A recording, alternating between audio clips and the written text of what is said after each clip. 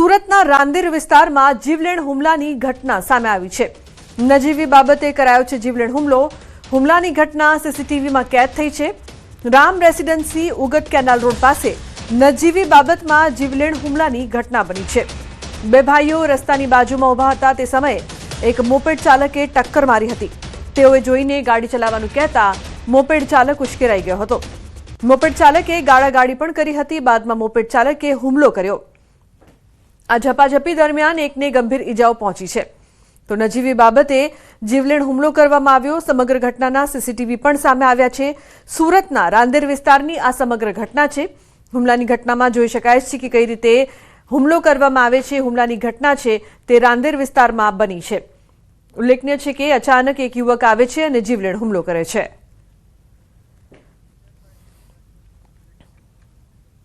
બીજી તરફ રાજકોટમાં સર્જાયા છે ફિલ્મી દ્રશ્યો। પોલીસથી ભાગવા જતા અકસ્માત। પોલીસથી બચવા 100 કિલોમીટરની ઝડપે ભગાવી કાર। બેફામ કારે મોટરસાયકલ ચાલકને લીધો અડફેટે। કારની અડફેટે આવતા મોટરસાયકલ ચાલકનું મોત નીપજ્યું। તો પોલીસે બુટલેગર વિપુલ હાંડાને ઝડપી પાડ્યો છે। 100 લીટર દેશી દારૂ પર 4 વ્હીલરમાં કર્યો છે કબજે। ઉલ્લેખનીય છે કે પોલીસે બુટલેગર વિપુલ હાંડાને ઝડપી પાડ્યો છે। આ સમગ્ર ઘટના રાજકોટથી સામે આવી। કારની અડફેટે આવતા મોટરસાયકલ ચાલકનું મોત। અંકિત જોડાયા છે વધુ માહિતી આપવા માટે। અંકિત, શું છે સમગ્ર ઘટના? શું વધુ વિગતો છે આપની પાસે? ચોક્કસથી જે બનાવ બન્યો છે તે રાજકોટ ભાવનગર હાઈવે પર આવેલા સરદાર લોધીડા ગામની વચ્ચે બન્યો છે ને હાલ અત્યારે આજીડેમ પોલીસ દ્વારા જે વિપુલ હાંડા નામનો બુટલેગર છે તેની ધરપકડ પણ કરવામાં આવી છે। સાથોસાથ તેની પાસેથી 100 લીટર જેટલો દેશી દારૂ છે તે પણ મળી આવ્યો છે અને પોલીસની પ્રાથમિક તપાસની અંદર આ જે બુટલેગર છે તે પણ નશાની હાલતમાં હોવાનું સામે આવ્યું છે અને તેના જ કારણે પોલીસે બીએનએસની કલમ 105, 281 તેમજ મોટર વ્હીકલ એક્ટની કલમ 184 તેમજ 177 અને પ્રોહિબિશન એક્ટની કલમ મુજબ ગુનો છે તે નોંધવામાં આવ્યો છે। રાજકોટ ભાવનગર હાઈવે ઉપર હાલ અત્યારે ચૂંટણીને લઈને પોલીસ દ્વારા ચેકિંગની પ્રક્રિયા છે તે હાથ ધરવામાં આવી રહી છે। દરમિયાન ગઈકાલે આ વિપુલ હાંડા છે કે જે અલ્ટો કાર લઈને સરદાર પાસેથી પસાર થતો હતો ત્યારે પોલીસે તેને રોકવાનો પ્રયાસ કરતા બુટલેગરે પોતાની કાર છે તે 100 કિલોમીટરની ઝડપે છે તે ભગાવી મૂકી હતી ને તેના કારણે આજીડેમ પોલીસ છે તેમના દ્વારા તેને પીછો કરવાની ફરજ પડી હતી ને ત્યારબાદ આ બુટલેગર છે કે જેને વચ્ચે એક રાહદારી આવતા હતા કે જેનું નામ છે દિનેશ સોલંકી તેમને અડફેટે લીધા હતા અને આ નિર્દોષ ખેડૂતનું મૃત્યુ નીપજ્યું હોવાની ઘટના છે તે સામે આવી છે। જી બિલકુલ અંકિત, આભાર સમગ્ર માહિતી બદલ। અન્ય સમાચાર, મહેસાણાથી જોખમી મુસાફરીનો વિડીયો વાયરલ થયો છે। બહુચરાજી મોઢેરા રોડ પરની આ ઘટના। ક્ષમતાથી વધુ વિદ્યાર્થીઓ મુસાફરો ભર્યા। રિક્ષા ચાલકે નિયમોના કર્યા ધજાગરા। જીવના જોખમે વિદ્યાર્થીઓને કરાવાય છે મુસાફરી। સોશિયલ મીડિયામાં આ વિડીયો વાયરલ થઈ રહ્યો છે। તો રિક્ષા ચાલકે નિયમોના કઈ રીતે ધજાગરા કર્યા તે અહીંયા દ્રશ્યોમાં જોવા મળી રહ્યો છે। કેતન જોડાય છે વધુ માહિતી આપવા માટે। કેતન, શું છે સમગ્ર ઘટના? શું વધુ વિગતો? ચોક્કસથી જણાવી દઉં કે બહુચરાજી મોઢેરા રોડ પર ઘેટા બકરાની માફક વિદ્યાર્થીઓ અને મુસાફરો ભરીને જે રિક્ષાઓ દોડતી હોય છે તેનો જે વિડીયો હોય છે તે હાલમાં સોશિયલ મીડિયામાં વાયરલ થયો છે। જીવના જોખમે વિદ્યાર્થીઓને મુસાફરી કરતા હોય છે તેવા જે વિડીયો હોય છે તે હાલમાં સોશિયલ મીડિયામાં વાયરલ થયા છે। ટ્રાફિક નિયમના ધજાગરા કરતા જે વિડીયો હોય છે તે ચોક્કસથી આજે સોશિયલ મીડિયામાં વાયરલ થાય છે, જેના કારણે જે વિદ્યાર્થીઓ હોય છે તેમના વાલીઓ હોય છે તેમાં રોષ હોય છે તે જોવા મળી રહ્યો છે। કેમ કે આ જે જોખમી મુસાફરી હોય છે તેમાં ખીચોખીચ જે બાળકો હોય છે તેમ ભરવામાં આવે છે। ગમે ત્યારે આ જે રિક્ષા પલટી ખાય તો ચોક્કસથી મોટી સંખ્યામાં જે દુર્ઘટના હોય છે સર્જાઈ શકે છે અને મોટી સંખ્યામાં જે વિદ્યાર્થી હોય છે તેમને પણ જીવના હોય છે જોખમ રહેલું હોય છે। એટલે ચોક્કસથી આ જે વિડીયો વાયરલ થયું છે તેને લઈને ચોક્કસથી જે જોખમ હોય છે તે જોવાઈ રહ્યું છે। જી બિલકુલ કેતન, આભાર સમગ્ર માહિતી બદલ। વલસાડમાં જર્જરિત ગટરમાં દુકાનદાર ખાબક્યો। પારડી નેશનલ હાઈવે કિનારા પર બની છે આ ઘટના। યુવક ગટર પર ઊભો રહીને ફોન પર વાત કરતો હતો। અચાનક ગટરનું ઢાંકણું તૂટતા યુવક પડ્યો હતો। યુવકને સારવાર માટે ખસેડાયો છે। હાઈવે ઓથોરિટીની બેદરકારી સામે લોકોમાં રોષ પ્રવર્ત્યો છે। તો આ સમગ્ર ઘટના સીસીટીવી કેમેરામાં કેદ થઈ છે। તો હાઈવે ઓથોરિટીની બેદરકારી બાદ લોકોમાં ભારે રોષ જોવા મળી રહ્યો છે। ભરત જોડાયા છે ફોન લાઈન પર વધુ માહિતી આપવા માટે। ભરત, શું વધુ વિગત છે સમગ્ર મામલે? જી બિલકુલ, છેલ્લા કેટલાક સમયથી વલસાડ માંથી પસાર થતા અમદાવાદ મુંબઈ નેશનલ હાઈવેના કિનારા પર આવેલી ગટરોની હાલતો જર્જરિત છે. અનેક જગ્યાએ છે ટાંકણાઓ તૂટેલા છે. અગાઉ પણ અનેક વખત છે પશુઓ પડવાના અને માણસો પણ અને વાહન ચાલકો પણ આ રીતના ખુલ્લી ગટરોમાં પડવાના ઘટના બની છે. જોકે આ વખતે પારડીના 4 રસ્તા નજીક છે હાઈવેની બાજુમાં આવેલા એક શોપિંગ કોમ્પ્લેક્સ ની મોબાઈલના દુકાનદાર છે પોતાના છે દુકાનની બહાર ગટર પર ઉભા રહી અને વાત કરી રહ્યો હતો. એ દરમિયાન જ અચાનક છે જર્જરિત ગટરનું ઢાંકણું તૂટ્યું અને તે ઊંડી ગટરમાં ખાબક્યો હતો. આ જે દ્રશ્ય જોતા જ દુકાનમાંથી હાજર લોકો છે એ દોડી અને બહાર આવ્યા હતા અને આ દુકાનદાર છે ને એને ગટરમાંથી બહાર કાઢ્યો હતો ને આ ઘટનામાં દુકાનદારને ઈજા થતા તેને સારવાર માટે હોસ્પિટલમાં ખસેડવામાં આવે છે. આમ છેલ્લા લાંબા સમયથી આ જે હાઈવે ઓથોરિટીની છે બેદરકારીને કારણે હાઈવેની બાજુમાં આવેલી ગટરો છે જોખમી સાબિત થઈ રહી છે. આથી લોકોમાં રોષ વ્યાપ્યો છે. બિલકુલ ભરત, જે પ્રકારથી આ સમગ્ર ઘટના છે કોઈ મોટી દુર્ઘટના પણ સર્જાઈ શકે છે. આપણે દ્રશ્યોમાં જોઈ શકીએ છીએ કે કઈ રીતે આ યુવક છે તે પડી જાય છે. જો કોઈ મોટી દુર્ઘટના થાય તો જવાબદાર કોણ? તંત્રને શું આ બધું દેખાઈ નથી રહ્યું? જી બિલકુલ, જોવા જઈએ તો અમદાવાદ મુંબઈ નેશનલ હાઈવેની આ ઘટના છે. આપ પણ જાણો છો કે અમદાવાદ મુંબઈ નેશનલ હાઈવે દેશનો સૌથી વ્યસ્ત હાઈવે છે, જ્યાં દિવસ રાત વાહનો, ભારે વાહનો અને નાના વાહનોની અવર જવર રહે છે. એ વખતે જ હાઈવેની બાજુમાં જ જો આ રીતના ગટરની હાલત હોય અને જર્જરિત હાલત છે, સ્વાભાવિક છે કે જે હાઈવે ઓથોરિટી છે તેની જવાબદારી છે આમાં. અને આ અગાઉ પણ લોકોએ અનેક વખત છે આ ગટરોની હાલત સુધારવા માટે રજૂઆતો કરી હતી, પરંતુ જર્જરિત ગટરો યથાવત છે. આથી આવી ઘટનાઓ બને છે. અગાઉ પણ પશુઓ પડવાના અને માણસો સાથે વાહનો પડવાના પણ અને એક્સિડન્ટો થવાના પણ બનાવો બની રહ્યા છે. જોકે તેમ છતાં જે હાઈવે ઓથોરિટી છે તેના પેટનું પાણી હલતું નથી અને લોકો આ રીતના આ હાઈવે ઓથોરિટીની બેદરકારીનો ભોગ બની રહ્યા છે. બિલકુલ ભરત, આભાર સમગ્ર માહિતી બદલ. ઉલ્લેખનીય છે કે આ પ્રકારની ઘટના છે તે તંત્ર માટે શરમજનક. જે પ્રકારથી આ યુવક છે તે ગટરમાં પડી જાય છે, જર્જરિત ગટર છે તેમાં આ યુવક પડે છે અને તે બાદ તેને સારવાર માટે ખસેડવામાં આવે છે. અન્ય સમાચાર, જૂનાગઢથી જેલમાંથી પ્રતિબંધિત વસ્તુઓ મળી આવી છે. તપાસ દરમિયાન 3 મોબાઈલ બેટરી ચાર્જ મળ્યા છે. પાવર સપ્લાય બોક્સ પણ જપ્ત કરવામાં આવ્યા છે. વૃક્ષ ઉપર સંતાડેલા મોબાઈલ કબજે કરાયા છે. તમાકુ અને ચૂનો પણ મળી આવ્યો છે. 2 કેદી સામે ગુનો નોંધાયો છે. પોલીસે આ સમગ્ર મામલે તપાસ હાથ ધરી છે.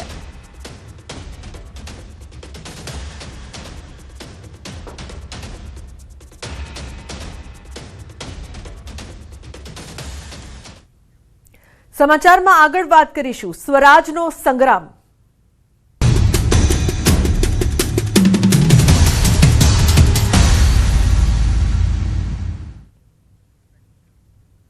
તો ભાજપ ઉમેદવારોની ટૂંક સમયમાં જાહેરાત થઈ શકે છે, યાદી જાહેર થઈ શકે છે. ભાજપ ચૂંટણી સમિતિની ત્રિદિવસીય બેઠક ઉમેદવારોના પસંદગી અંગે અંતિમ નિર્ણય લેવામાં આવશે. આ ઉચ્ચ સ્તરીય બેઠકમાં મુખ્યમંત્રી, પ્રદેશ ભાજપ અધ્યક્ષ અને ઉપમુખ્યમંત્રી પણ હાજરી આપશે. બેઠક દરમિયાન વિવિધ રાજકીય સમીકરણોને ધ્યાનમાં રાખીને સત્તાવાર મહોર લગાવવામાં આવશે. તો મહત્વપૂર્ણ સમાચાર, ભાજપ ઉમેદવારોની યાદી છે તે જાહેર થઈ શકે છે. ગૌતમ જોડાયા છે વધુ માહિતી આપવા માટે. ગૌતમ, શું વધુ વિગત છે આપની પાસે હાલ? જી બિલકુલ, સ્થાનિક સ્વરાજ્યની ચૂંટણીને ભારતીય જનતા પાર્ટીની સેન્સ પ્રક્રિયા પૂર્ણ થઈ ચૂકી છે અને હવે ભારતીય જનતા પાર્ટીની સંકલન સમિતિની બેઠક જે છે તે પણ પૂર્ણ થઈ ચૂકી છે. જોકે સંકલન સમિતિ બેઠક બાદ 3 નામોની પેનલ જે છે તે તૈયાર થતી હોય છે અને તૈયાર થયેલી પેનલના નામો જે છે તે જે ચૂંટણી સમિતિની બેઠક મળવાની છે તેમાં ચર્ચા થશે, મંથન થશે અને ત્યારબાદ ભારતીય જનતા પાર્ટી જે છે તે અંતિમ નામ ઉપર મહોર માગશે. એટલે કે આગામી 3 દિવસની અંદર ભારતીય જનતા પાર્ટી જે સ્થાનિક સ્વરાજ્યની ચૂંટણી જે છે એમાં નગરપાલિકા, મહાનગરપાલિકા, તાલુકા પંચાયત અને જિલ્લા પંચાયતના નામો જાહેર કરે તે પ્રકારની એંધાણ હાલ તો વર્તાઈ રહ્યા છે. જી બિલકુલ, આભાર સમગ્ર માહિતી બદલ. તો ભાજપ ચૂંટણી સમિતિની ત્રિદિવસીય બેઠક છે તે પણ મળી છે. ઉલ્લેખનીય છે કે ઉમેદવારોના પસંદગી અંગે અંતિમ નિર્ણય લેવાશે. તો ભાજપ ઉમેદવારોની ટૂંકમાં જાહેર થઈ શકે છે યાદી. તો સ્થાનિક ચૂંટણીને લઈને ધમધમાટ તેજ થયો છે. આજે કોંગ્રેસ ઉમેદવારોની બીજી યાદી જાહેર થઈ શકે છે. રવિવારે 243 નામોની પ્રથમ યાદી જાહેર કરી. આજે કોંગ્રેસ પોતાના ઉમેદવારોની બીજી યાદીની જાહેરાત કરી શકે છે. ઉમેદવારોના નામની ઘોષણા સાથે કોંગ્રેસમાં અસંતોષ. પ્રદેશ કોંગ્રેસ કાર્યાલય પર બાઉન્સરો ખડકી દેવામાં આવ્યા છે. અગાઉ પણ નારાજ જૂથના કાર્યકર્તાઓએ તોડફોડ કરી હતી, ત્યારે આ વખતે પણ એવી કોઈ ઘટના ન ઘટે તે માટે બાઉન્સરો છે તે ખાસ કરીને મૂકવામાં આવ્યા છે. રવિવારે 243 નામોની પ્રથમ યાદી જાહેર કરવામાં આવી હતી.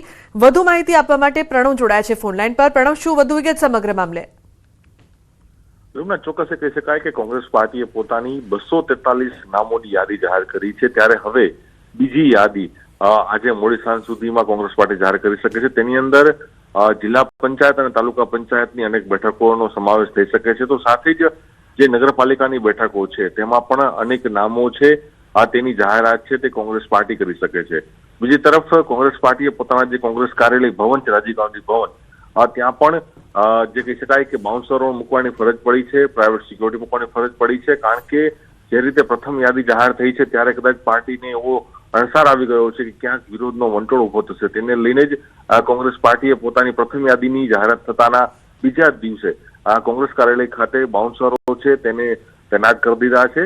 તો બીજી તરફ આજે પણ કોંગ્રેસ કાર્યાલય ખાતે અનેક જે સિનિયર નેતાઓ છે તેની વચ્ચે બેઠકોનો ધમધમાટ ચાલુ રહેવાનો છે અને જે બીજી યાદી છે તેના નામ ઉપર આખરી મહોર લાગશે. જી બિલકુલ પ્રણવ, આભાર સમગ્ર માહિતી બદલ. તો સ્થાનિક ચૂંટણીને લઈને જે પ્રકારથી હાલ મહત્વપૂર્ણ સમાચાર. અમદાવાદ કોંગ્રેસની પ્રથમ યાદી જાહેર થતા વિવાદ. ભાજપમાં ગયેલા નેતા કોંગ્રેસમાં પુનઃ જોડાય તે પહેલા જ ટિકિટ. રામોલ હાથીજણ વોર્ડમાં કોંગ્રેસે જાહેર કરેલા ઉમેદવાર રમીઝ શેખને લઈને વિવાદ. ભાજપના નેતાઓ સાથેના રમીઝ શેખના ફોટો થયા છે વાયરલ. સ્થાનિક કાર્યકરોએ શહેર પ્રમુખને પત્ર લખીને રજૂઆત કરી છે. રમીઝના બદલે અન્ય ઉમેદવાર જાહેર કરવાની માંગ. मैं रामौर हाथीजन वोट से कांग्रेस का उम्मीदवार हूँ. दोस्तों, सबसे पहले तो मैं आप सभी का बहुत बहुत धन्यवाद करना चाहता हूँ, आपके साथ का, आपके सरकार का, और कांग्रेस पार्टी के प्रदेश अध्यक्ष श्री अमित चावड़ा जी, कांग्रेस अध्यक्ष श्रीमती सोनल पटेल जी और तमाम NSUI कांग्रेस और यूथ कांग्रेस के सभी मेरे साथी मित्र, पदाधिकारी, शहर और कांग्रेस प्रदेश के पदाधिकारी, आप सबका बहुत बहुत धन्यवाद. તો સમગ્ર વિવાદને લઈને શહેર કોંગ્રેસ પ્રમુખે આપ્યું છે નિવેદન. અમદાવાદ શહેર કોંગ્રેસ પ્રમુખ સોનલ પટેલનું નિવેદન. ભાજપમાં જોડાયા હોય એવી અમારી પાસે કોઈ માહિતી નથી. રમીઝ છેલ્લા ઘણા સમયથી NSUI યુથ કોંગ્રેસ સાથે જોડાયેલ છે. વોર્ડમાં કાર્યકરો સાથે વાતચીત કરી યોગ્ય સમાધાન લાવીશું.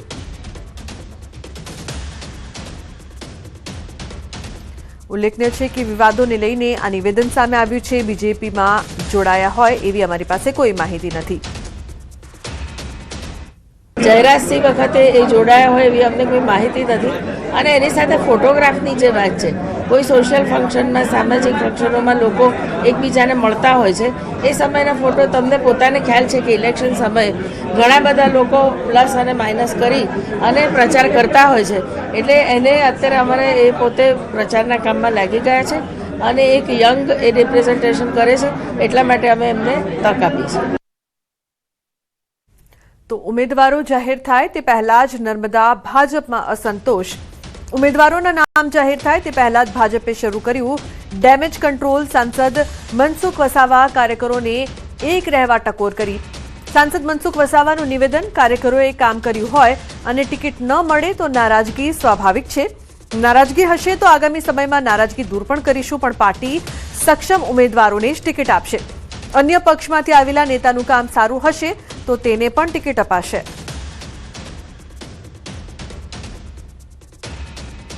સ્વાભાવિક છે, કાર્યકર્તા ખૂબ મહેનત કરતા હોય એટલે દરેક કાર્યકર્તાને અપેક્ષા હોય કે તાલુકા પંચાયતનો સભ્ય બનવું, જિલ્લા પંચાયતનો સભ્ય બનવું, આ પ્રકારની ઈચ્છા હોય, નગરપાલિકાના સભ્ય બનવાની ઈચ્છા હોય તો સ્વાભાવિક છે કે કેટલાક કાર્યકર્તાઓને ટિકિટ ના મળે તો મનુષ્ય છે, મનુષ્યનો સ્વભાવ પ્રમાણે ટિકિટ ના મળે તો એ નારાજ થાય, દેખીતી વાત છે.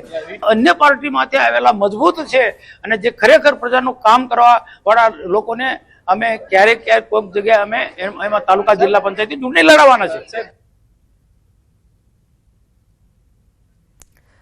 તો રાજકોટથી અન્ય સમાચાર. આપ ઉમેદવાર વિરુદ્ધ ફરિયાદ. વોર્ડ નંબર 4ના ઉમેદવારો રાહુલ ભુવા અને હાર્દિક રાબડિયા વિરુદ્ધ ફરિયાદ. દબાણ હટાવ શાખાના અધિકારી દ્વારા નોંધાવવામાં આવી છે ફરિયાદ.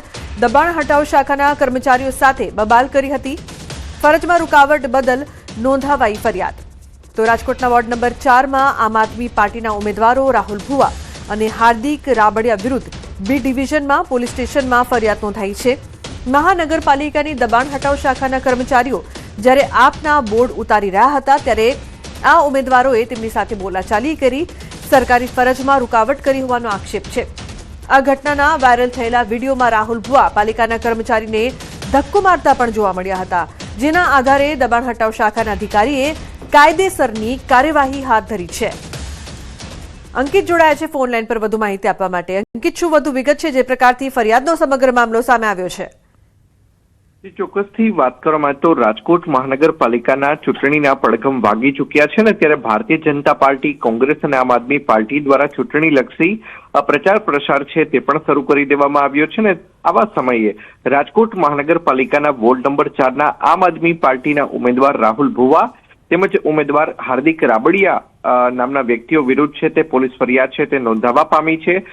બી ડિવિઝન પોલીસ સ્ટેશન ખાતે રાજકોટ મહાનગરપાલિકામાં દબાણ હટાવ શાખામાં ઈઆરઓ તરીકે ફરજ બજાવનારા 53 વર્ષીય દિગ્વિજયસિંહ જાડેજા દ્વારા બીએનએસની કલમ 221, 121/1, 3/5 સહિતની કલમ અંતર્ગત પોલીસ ફરિયાદ છે તે નોંધાવવામાં આવી છે.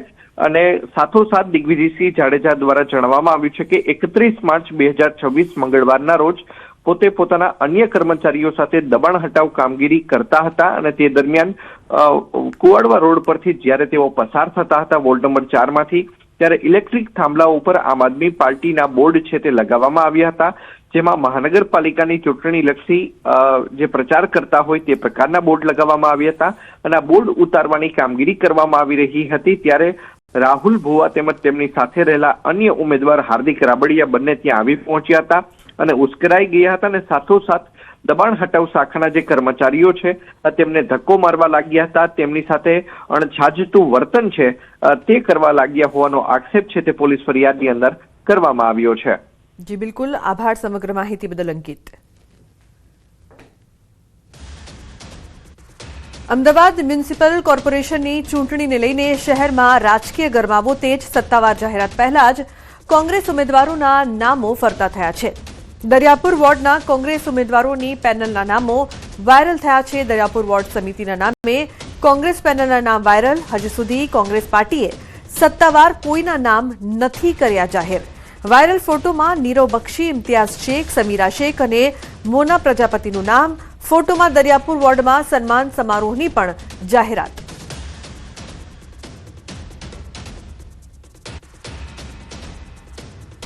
બીજી તરફ અમરેલીમાં સ્થાનિક સ્વરાજની ચૂંટણી સમયે જિલ્લા ભાજપને ઝટકો. જિલ્લા પંચાયતના પૂર્વ સદસ્યનું ભાજપમાંથી રાજીનામું.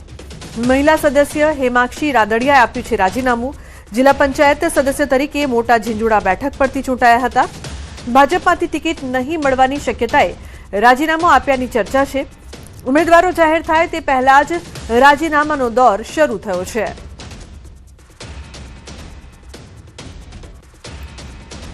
તો રાજ્યમાં સ્થાનિક સ્વરાજની ચૂંટણીનો ગરમાવો. ચૂંટણી પહેલા દાહોદમાં આમ આદમી પાર્ટીને ઝટકો.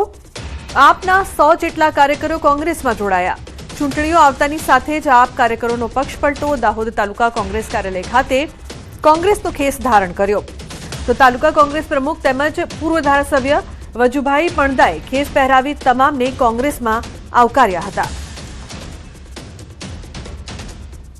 અનિલભાઈ ડાંગી તથા એમની સાથે 100 જેટલા સક્રિય કાર્યકર્તાઓ ઘર વાપસી કરી રહ્યા છે ત્યારે એમનું સ્વાગત કરીએ છીએ પાર્ટી તરફથી અને આવનાર તાલુકા અને જિલ્લા ચૂંટણીમાં એ લોકો અમને 100% મદદ કરશે એવી અમને ખાતરી બી છે અને પાર્ટીને જો યોગ્ય લાગશે તો અમે એમને મેન્ટર આપીને જીતાડવા માટેની બી પ્રયત્ન 100% કરીશું. તો કોંગ્રેસના રાષ્ટ્રીય અધ્યક્ષ મલ્લિકાર્જુન ખડગે ગુજરાત પર આપેલા નિવેદન પર ગુજરાત કોંગ્રેસના ભરતસિંહ સોલંકીએ પ્રતિક્રિયા આપી છે. તેમણે કહ્યું કે તેમનો કહેવાનો આશય એ હતો કે ભાજપ સરકારની પોલિસીના કારણે ગુજરાતના શિક્ષણનું સ્તર ઘટ્યું છે. અમારા અધ્યક્ષનો કહેવાનો આશય એ હતો કે આ ભાજપા સરકારની પોલિસીના કારણે જે પ્રકારે શિક્ષણનો હાર્દિક ન્યાય એ થયો છે, ઘટી ગયું છે અને એ ઓછું શિક્ષણ ધરાવતા લોકો પૂરું જાણી ન શકે, પૂછી ન શકે એટલા માટે એમને ગુમરાહ કરી ધાર્મિક અંધશ્રદ્ધા અને જુદા જુદા રસ્તે લઈ જઈ અને એનો દુરુપયોગ કરે છે એ એમનો કહેવાનો આશય. દેવભૂમિ દ્વારકામાં રખડતા શ્વાનનો આતંક. શ્વાને બચકું ભરતા 5 વર્ષના માસૂમ બાળકનું મોત નીપજ્યું છે. ભાણવડના ખરાવડ વિસ્તારમાં શ્વાનનો આતંક સામે આવ્યો છે. રમી રહેલા બાળક પર શ્વાને હુમલો કર્યો હતો. 5 વર્ષીય વિરાજ ઠાકરે ગુમાવ્યો જીવ. 5 વર્ષના બાળકનું મૃત્યુ થતાં શ્રમિક પરિવારમાં શોક છે. રખડતા શ્વાનના આતંકને પગલે સ્થાનિક રહીશોમાં રોષ જોવા મળી રહ્યો છે.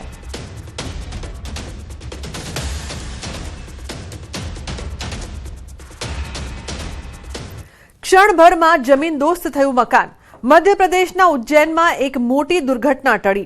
મકાન ધરાશાયી થવાના લાઈવ દ્રશ્યો સામે આવ્યા છે.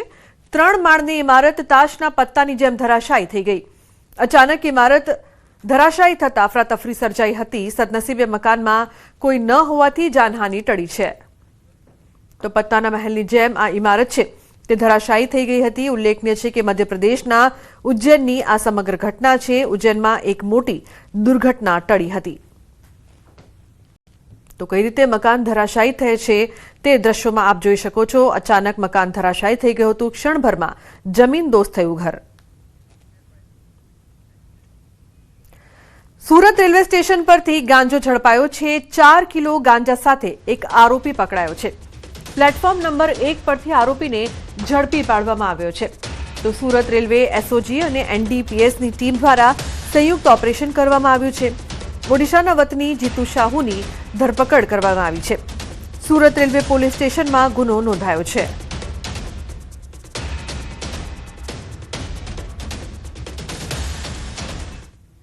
ઉત્તર પ્રદેશમાં યુનિવર્સિટીના ચાલુ કાર્યક્રમમાં વિદ્યાર્થી વચ્ચે બબાલ થઈ. મેરઠમાં આવેલી સુભારતી યુનિવર્સિટીના વાર્ષિક સાંસ્કૃતિક મહોત્સવ દરમિયાન વિદ્યાર્થીઓના 2 જૂથો વચ્ચે ઉગ્ર મારામારી થઈ હતી. લાઇવ પરફોર્મન્સ વખતે સ્ટેજ પાસે બેસવા જેવી નજીવી બાબતે થયેલો વિવાદ એટલો બધો વકર્યો કે વિદ્યાર્થીઓ એકબીજા પર લાત અને મુક્કા વડે હુમલો કર્યો હતો, જેના કારણે કેટલાક વિદ્યાર્થીઓ ઘાયલ થયા હતા અને નાસભાગ મચી ગઈ હતી. પોલીસ અને યુનિવર્સિટી વહીવટીતંત્રે ભારે જહેમત બાદ પરિસ્થિતિ પર કાબુ મેળવ્યો હતો. હાલ આ ઘટનાનો વિડીયો સોશિયલ મીડિયા પર વાયરલ થતા આટલા મોટા સાંસ્કૃતિક કાર્યક્રમ માટે સુરક્ષા વ્યવસ્થાના અભાવ અંગે પ્રશ્નો ઉભા થઈ રહ્યા છે.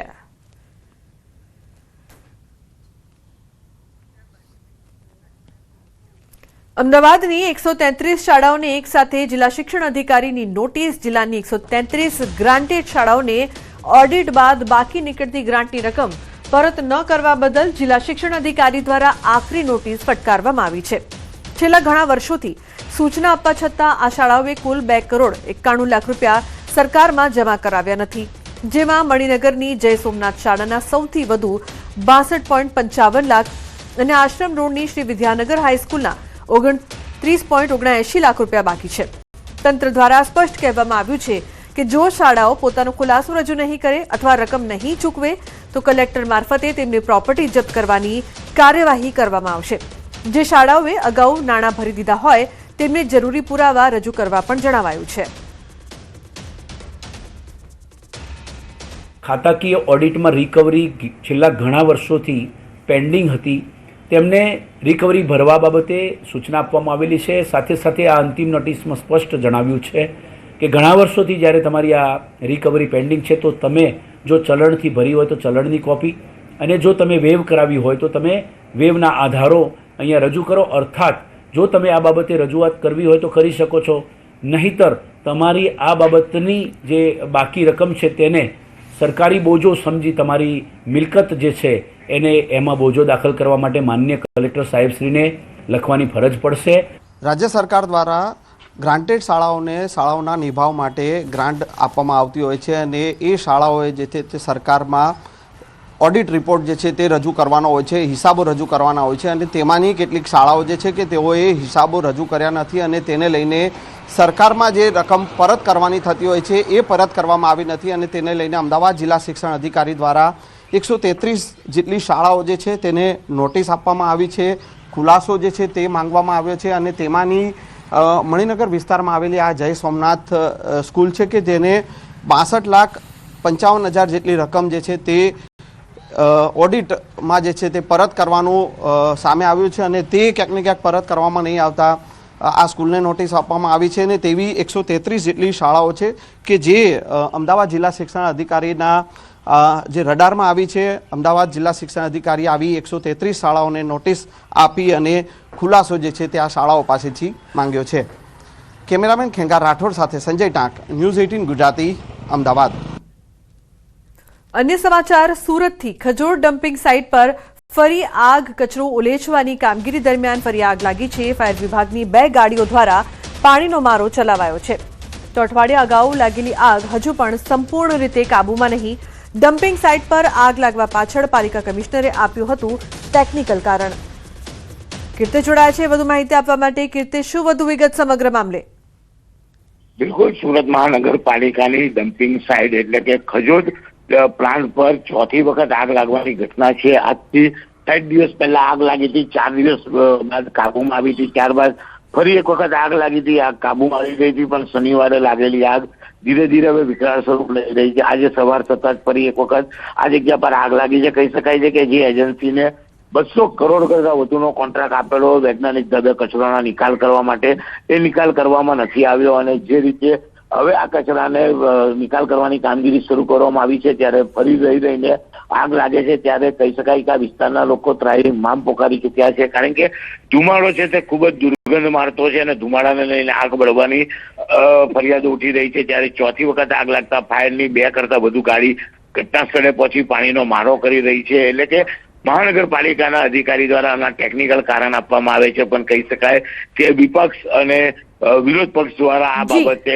મોટું કૌભાંડની પણ આક્ષેપો કરવામાં આવ્યા હતા. બિલકુલ કીર્તિશ, આભાર સમગ્ર માહિતી બદલ.